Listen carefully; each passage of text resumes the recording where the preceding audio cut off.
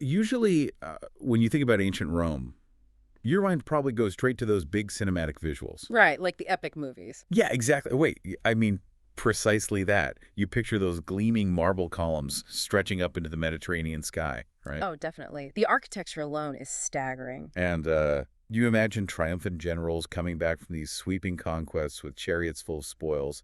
Maybe you think of the sheer, overwhelming spectacle of the Colosseum. It is the picture of invincibility. Right. You just imagine the absolute peak of human civilization at that time. Like a society that had conquered the known world and set the standard for, well, everything, from aqueducts to military strategy. It just looks so pristine from the outside. I mean, it was the undisputed center of the known world. If you were a Roman citizen, you really believed you were at the apex of human achievement. Yeah, they were the standard bearers, right? Spot on. For law, engineering, civic organization. To the Roman mind, everything outside their borders was barbaric. And everything inside, that was the height of enlightenment. But then you pick up this specific letter written to a small group of people living right in the shadow of all those magnificent monuments. Yes. And when you read the words of this letter, suddenly that gleaming marble starts cracking right before your eyes. You look past the statues and the Senate floor, and you see a society that is honestly just rotting from the inside out. It is a striking contrast to consider. Because you have the outward glory of the empire, the military might, the philosophical schools, all set against this diagnostic landscape of the human heart that is, well, entirely bleak. Yeah, strips away the veneer. It really does. It exposes a core of corruption that no amount of marble could cover up. Well, welcome to Reformed Thinking. We have a fantastic deep dive lined up for you today. We are taking an extensive look into Matthew Henry's commentary on Romans chapter 1. I am very much looking forward to this one. Our mission today is to unpack the Apostle Paul's brilliant setup of justification by faith, and alongside that, his incredibly unflinching description of the human condition. It is a heavy text, for sure. It is. So as the designated learner here, I am just thrilled to dig into this material. I will be throwing out my questions, testing out some analogies on you, and making sure we define our terms as we go. We are going to make sense of this dense text together. And I am looking forward to walking through the historical context and the analytical side of Henry's thoughts. Matthew Henry has this really unique way of taking soaring theological concepts and grounding them in the practical realities of the human heart. Yeah, he really brings it down to earth. He does. It is a rigorous text, but the clarity we get when we break it down carefully makes the effort entirely worthwhile. Awesome. Let's just jump right into the opening of the letter then. So Paul begins in verses 8 through 15 with thanksgiving. And Matthew Henry points out that Paul makes God the alpha and omega of his praise. Yes, that is a key observation. Right. He writes, "First, I thank my God." It is not just some polite throat-clearing greeting before getting to the real business. Henry says it is good to begin everything with blessing God. It is a very deliberate framing for everything that follows. Paul speaks with delight, saying, "My God," which Henry notes makes every single mercy sweet. Because of the relationship aspect. Yes, because it implies a covenant relationship. When you have a covenant with God, you are not just addressing some distant deity. You are addressing a God who has made binding promises to you. Oh, yeah. And he thanks God for these Roman Christians, many of whom he had never even met face to face. See, that part stood out to me immediately. I mean, he is praying for complete strangers. Right. He sits down to write this masterwork of theology, and he starts by thanking God for people he only knows by reputation. But he is praying for them because, their faith is spoken of throughout the whole world. The whole Roman Empire, essentially. Yeah. Henry points out that Rome was a highly visible city. It was a city upon a hill, to borrow a phrase. Everyone took notice of what happened there. So if you were a Christian in Rome, you were basically living in a fishbowl. The historical context is really crucial for understanding why their faith was so famous. Henry brings up the Roman Emperor Claudius. Oh, right, the banishment. Yes. Claudius had actually issued an edict that banished all the Jews from Rome. This meant the Jewish Christians, who formed the core of the early church there, were suddenly uprooted. Just completely kicked out. Banished. Scattered throughout the vast Roman Empire. They lost their homes, their livelihoods, and their community, but eventually they returned. Right. And wherever they had been scattered during that exile, they left a very good report behind them. Henry notes a fascinating irony here. If they had not been persecuted and scattered, they might not have become so famous for their faith. That is incredible. It did, like, the persecution actually amplified their witness. It did. It acted like wind on a fire. Instead of blowing it out, it just spread the embers all over the empire. Mhm. But Henry also drops a fairly heavy historical observation about Rome's later years here. He does not hold back on that front. No, he doesn't. He looks at the shining early church, and then he talks about how Rome degenerated over the centuries. He says that while it was a flourishing church in Paul's day, the fine gold became dim. Yes, Henry is writing from his own historical vantage point in the late 17th and early 18th centuries. So he is looking back at the long, complicated centuries of church history. Right. He has the benefit of hindsight. Exactly. He references an old book called The Practice of Piety, pointing out that Rome dealt treacherously. The church there degenerated so much in its doctrine and practice that this very epistle to the Romans actually acts as an epistle against the Romans of later eras. Man, that is a sharp critique. It really is. It shows how a church can start with incredible renown for its faith, a faith spoken of throughout the whole world, and eventually lose that entirely through theological drift. That is a really sobering thought for you to consider as a listener, especially if you think a good reputation guarantees future fidelity. I guess a reputation for true religion means you have to be super vigilant to preserve it. Vigilance is absolutely required. But going back to Paul, he says he prays for these Roman believers without ceasing. He mentions them expressly in his prayers, and he expresses this deep desire to visit them. Not as a tourist, though. Right. He doesn't want to go to Rome just to see the sights. He wants to impart spiritual gifts. He wants to establish them in the truth. But then he also says something that really surprised me.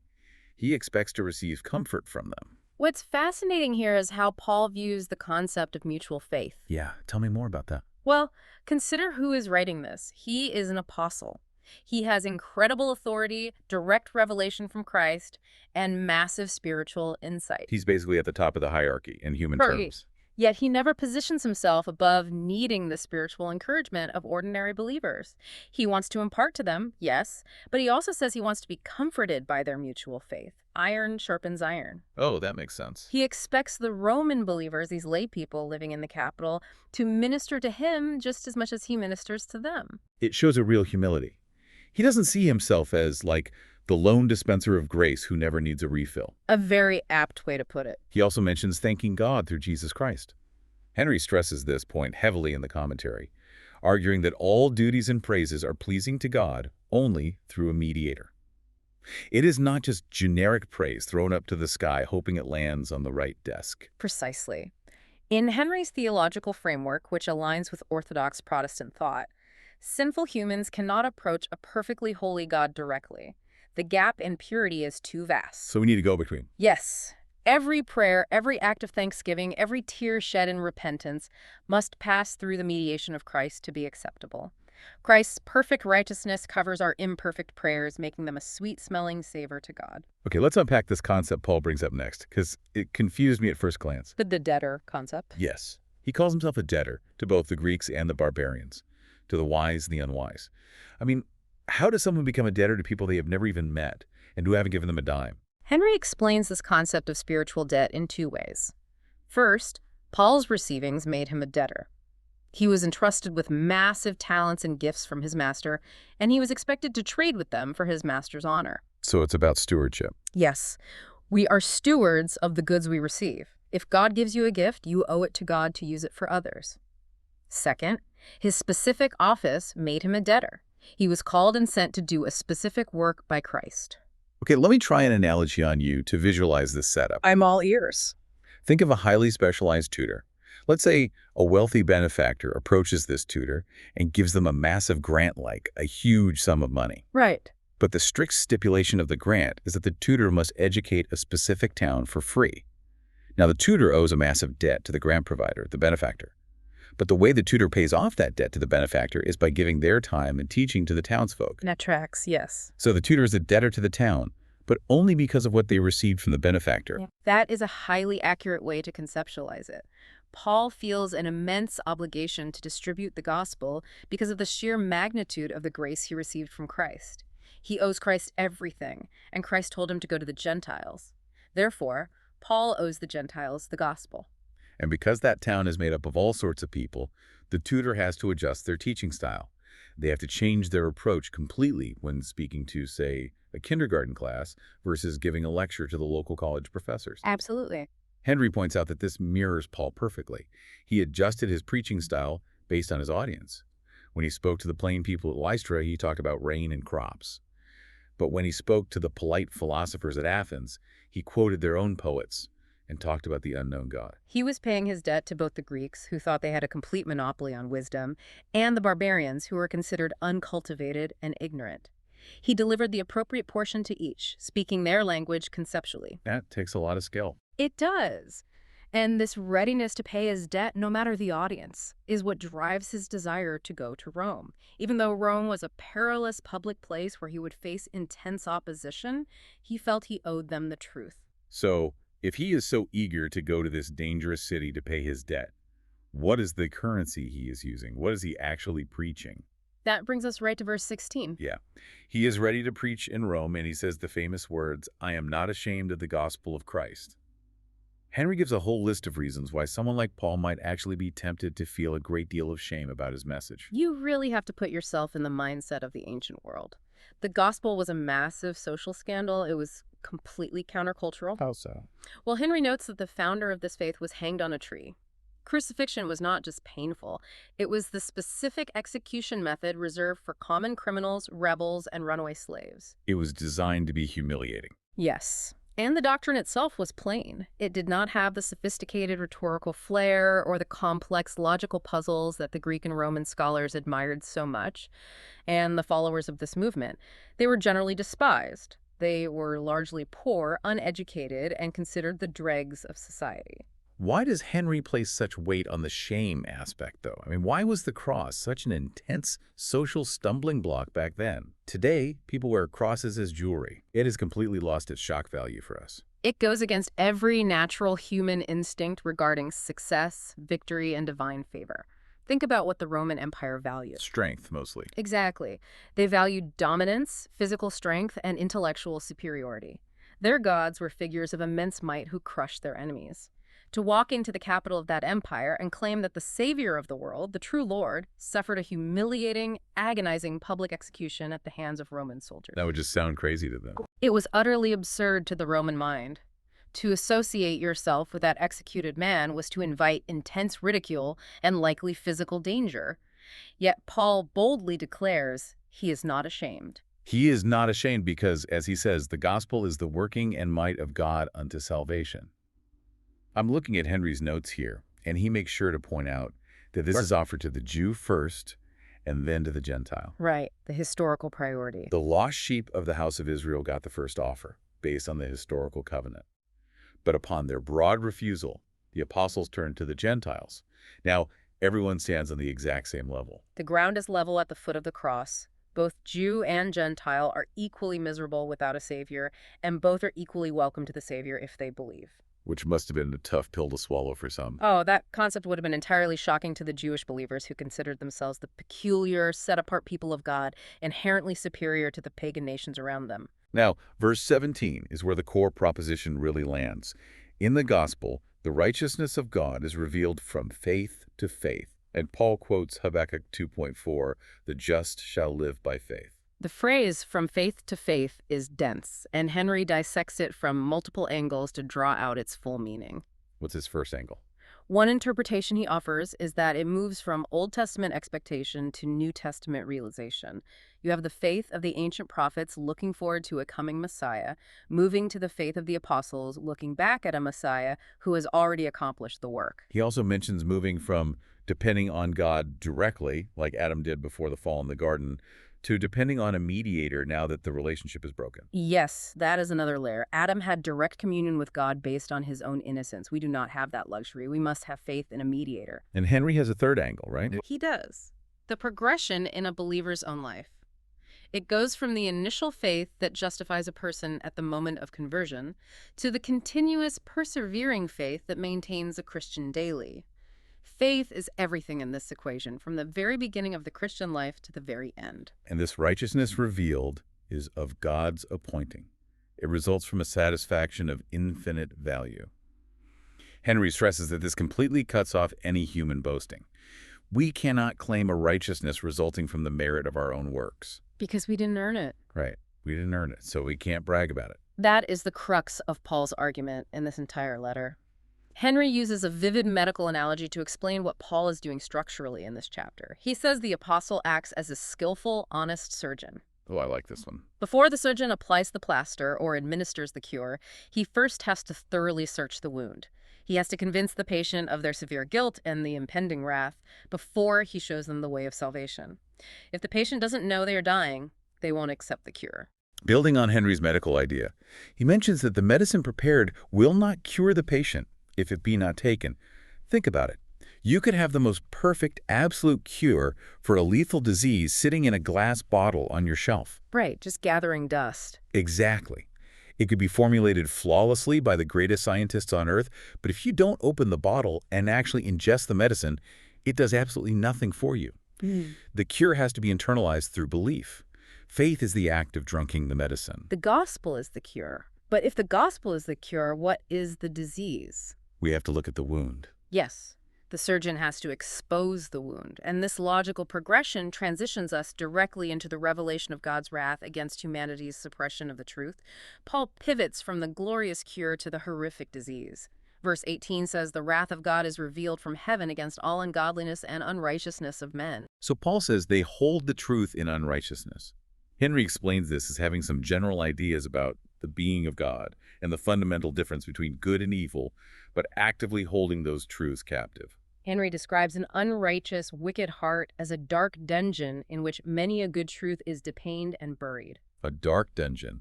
That's a striking image. It is. Humans know the truth by nature, but they suppress it so that it won't influence their actions. They don't want the truth telling them how to live. If the gospel is the cure, let's look closer at the symptoms of the disease. This brings us to the witness of creation in verses 19 through 23. This is what theologians call general revelation, right? Yes, general revelation. God has revealed his invisible attributes, his eternal might and Godhead, clearly through the things that are made. Henry says this leaves humanity entirely without excuse. The sheer design, the harmony of the universe, it all points directly to an intelligent creator. Henry notes that the workman is known by his work. Like the watchmaker analogy. Precisely. When you look at a finely crafted watch, you know there is a watchmaker. The sheer variety, order, and beauty of the physical world, from the stars in the sky to the intricacies of the human body, abundantly prove there is a creator. Natural light is enough to keep humanity from idolatry, even if it is not enough to reveal the specific intricacies of the Trinity or the history of redemption. So you can look at a mountain range or a galaxy and know that God is powerful and eternal. But humanity failed completely at this basic level. They knew God, but they didn't glorify him as God. And here is a striking detail in the text. They were not thankful. Yeah. Henry pinpoints unthankfulness as the absolute root of sinful departure from God. Why is gratitude, or the lack of it, such a big deal here? Insensibility to God's mercies is the bottom layer of the human issue. Gratitude acknowledges dependence. When you are thankful, you are admitting that you are not self-sufficient, that every good thing you have comes from outside yourself, from a benevolent creator. So unthankfulness is like a declaration of independence. Yes. When humanity refused to be thankful, they were essentially claiming self-sufficiency. They did not improve the means of knowledge they had, and so they were justly considered unthankful rebels. And what happens next is a catastrophic cognitive collapse. Cognitive collapse. Yes. Because they rejected the truth of their dependence, they became vain in their imaginations, and their foolish hearts were darkened. So the ingratitude literally breaks their ability to reason properly. They became fools while professing themselves to be wise. Henry points out the sheer irony in the ancient philosophers here. It's quite a list he provides. It is. These were supposedly the most brilliant minds on the planet, the men who debated the nature of reality in the marble halls of Athens and Rome. But look at what they actually worshipped. The barbarians worshipped the sun, which Henry says was at least the most visually impressive idolatry. It's big, it's bright, it gives warmth. Right, you can sort of see the logic. But the learned Egyptians, with all their architecture and mathematics, worshipped oxen and onions. The Greeks, the masters of philosophy and logic, worshipped diseases and human passions. And the Romans, the masters of law and civic order, worshipped the Furies. It is a devastating critique of human wisdom divorced from God. When the intellect refuses to bow to the Creator, it doesn't just become neutral, it becomes absurd. It really does. If we connect this to the bigger picture, Henry specifically references a quote from the Roman philosopher Seneca, which was preserved for us by Augustine. Seneca was a brilliant Stoic, a tutor to the Emperor Nero. He wrote extensively, mocking the vulgar religion of his day. He knew it was fake. He did. He ridiculed the ignoble rout of gods that superstition had amassed. He saw right through the nonsense of the Roman pantheon. But Seneca still participated in the worship. Augustine observed this about Seneca. He worshipped that which he censured, he did that which he had proved wrong, and he adored what he found fault with. That is the tragedy of it. He went to the temples, offered the sacrifices, and bowed down, simply out of compliance with custom and social pressure. Which is the perfect textbook illustration of holding the truth in unrighteousness.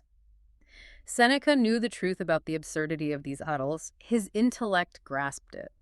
But he locked that truth in a dungeon within his own heart and participated in the lie anyway to maintain his social standing and his political influence. He suppressed what he knew was true. Here's where it gets really interesting. Think about the sheer absurdity of idolatry. Paul says they changed the glory of the incorruptible God into images of corruptible man, birds, and beasts. If natural revelation is so overwhelmingly clear, if you can look at the stars and see Creator with eternal might, how does human intelligence misfire so badly that the wisest empires end up bowing down to an onion or a statue of a bird? It points to a deliberate, active suppression of reality. Right. It's like holding a giant, fully inflated beach ball underwater. Oh, that's a good visual. The natural buoyancy of the ball wants to shoot up to the surface. It takes constant, deliberate, exhausting physical effort to hold it down in the dark water. Humanity is actively, constantly pushing the truth of God down because acknowledging it rising to the surface would mean submitting to it. And we don't want to submit. And because humanity put all this effort into suppressing the truth, swapping the glorious creator for the pathetic creature, God responds. But he responds with a judgment that is absolutely terrifying in its passivity. Passivity. Yes. This brings us to verses 24 through 27 and what Henry calls the soreness of spiritual judgments. These might be the three most terrifying words in the text. Yeah. He gave them up. In Greek, paradokon odysseus, it is repeated 3 times in this short section. 3 times. The judgment here isn't fire raining down from the sky like Sodom and Gomorrah. It isn't a flood or a plague. It is a spiritual judgment. And Henry notes that spiritual judgments are the sorest, the most dreadful of all possible punishments. God takes off the bridle of restraining grace. He leaves humanity to its own desires. He simply lets them alone. Wait, I need to push back here because this is a common point of confusion for anyone reading this text. Is Henry saying God actively makes people worse? Does God force them to commit these acts as a punishment? We have to clarify this because it sounds like God is causing the sin. No, Henry absolutely insists that God is not the author of sin. This giving up is a righteous judgment of permission. Okay, permission. Yes. The fault lies entirely with the sinner's wicked heart. Let's examine the mechanics of this judgment. What does it actually mean for God to withhold restraining grace? It suggests a theological reality that the only thing keeping human society from defaulting into total, violent degradation at any given moment is God actively holding back the tide of human corruption. So he is actively restraining us. Exactly. We are completely beholden to the restraining grace of God for preserving any decency, any order, any basic morality in human nature.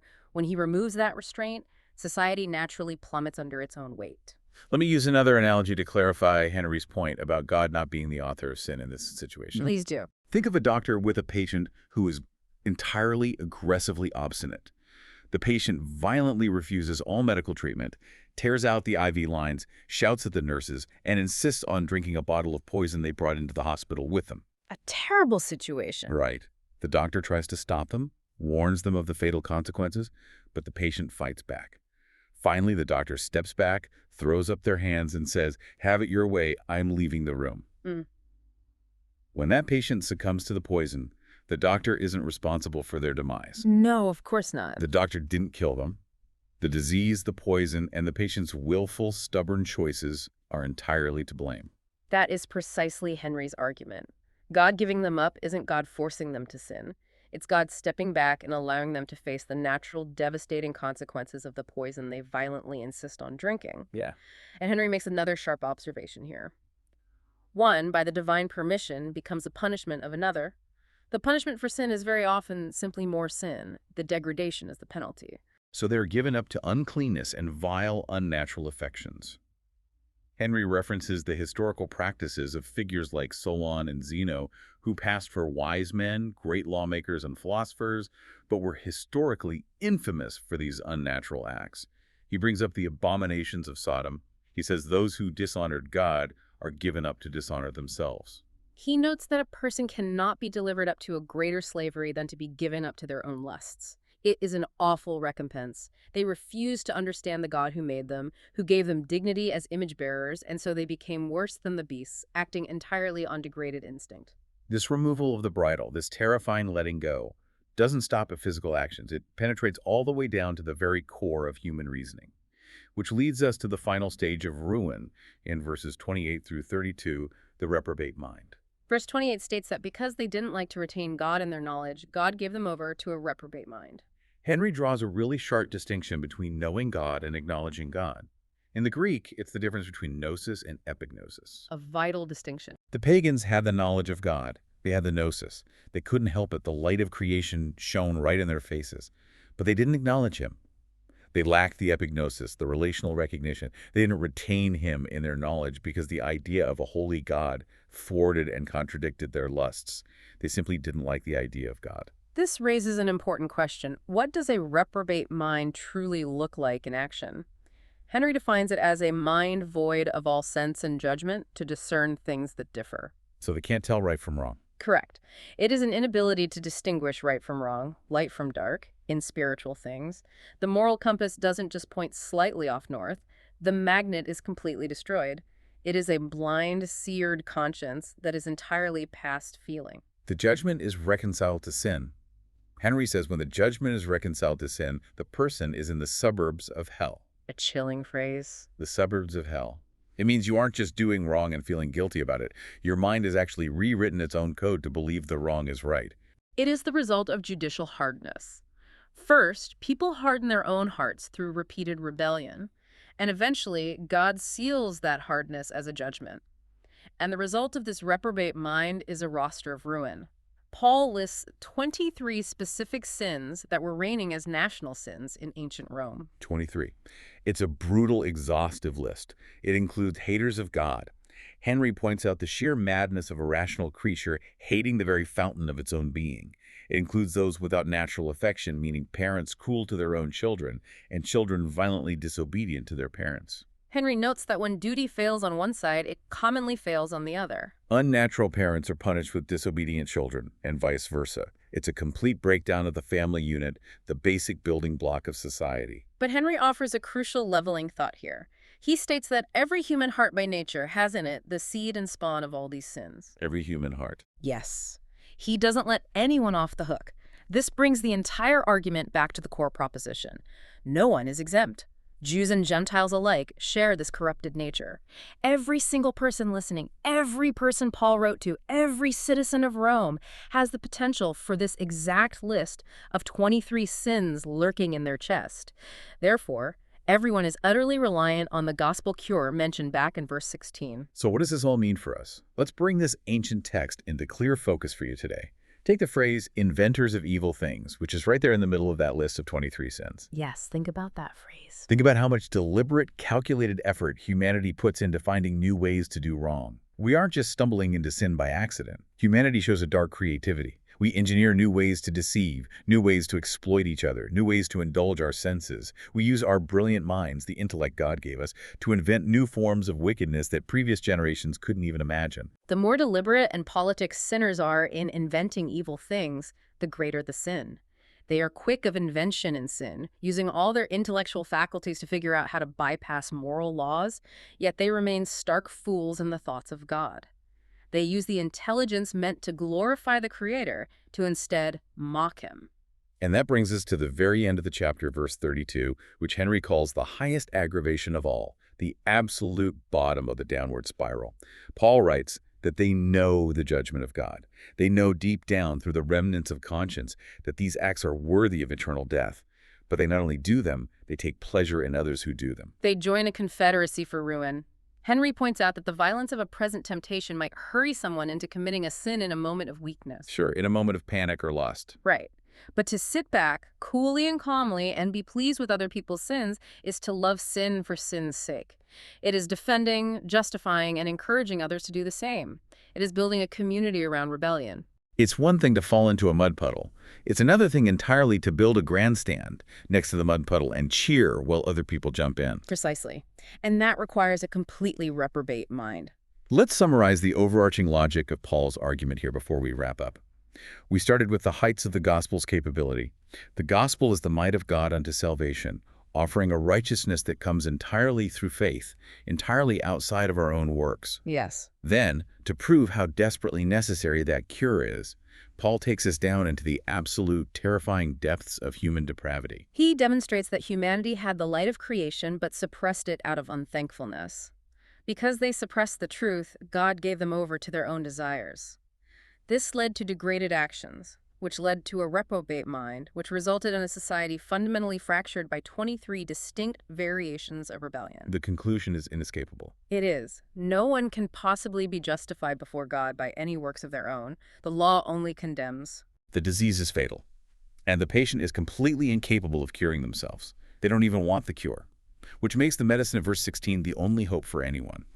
That is the exact point Paul is driving toward, setting up the rest of his magnificent letter to the Romans. This has been a massive scope of material. We've gone from deep pastoral love, with Paul praying constantly for people he has never met, to an unflinching clinical diagnosis of human corruption that strips away all our pride. And the core takeaway remains the absolute necessity of a righteousness that comes from outside ourselves, grasped entirely by faith. Well summarized. As we finish up, I want to leave you with a final provocative thought to mull over, building on that last verse, taking pleasure in those who commit wrong. Think about the concept of modern entertainment. That is a relevant connection. How often does our society consume media or cheer for narratives that glorify the exact list of destructive behaviors Paul outlines here? Are we finding our leisure in watching others commit what we profess to reject in our own lives? It is a challenging question. It is. Are we sitting in the theater or scrolling on our phones, actively taking pleasure in the inventors of evil things? It's something worth examining in your own life. Thank you so much for joining us for this deep dive into Matthew Henry's commentary. We love digging into these texts with you here on Reformed Thinking. Until next time, keep examining the text and keep asking the hard questions.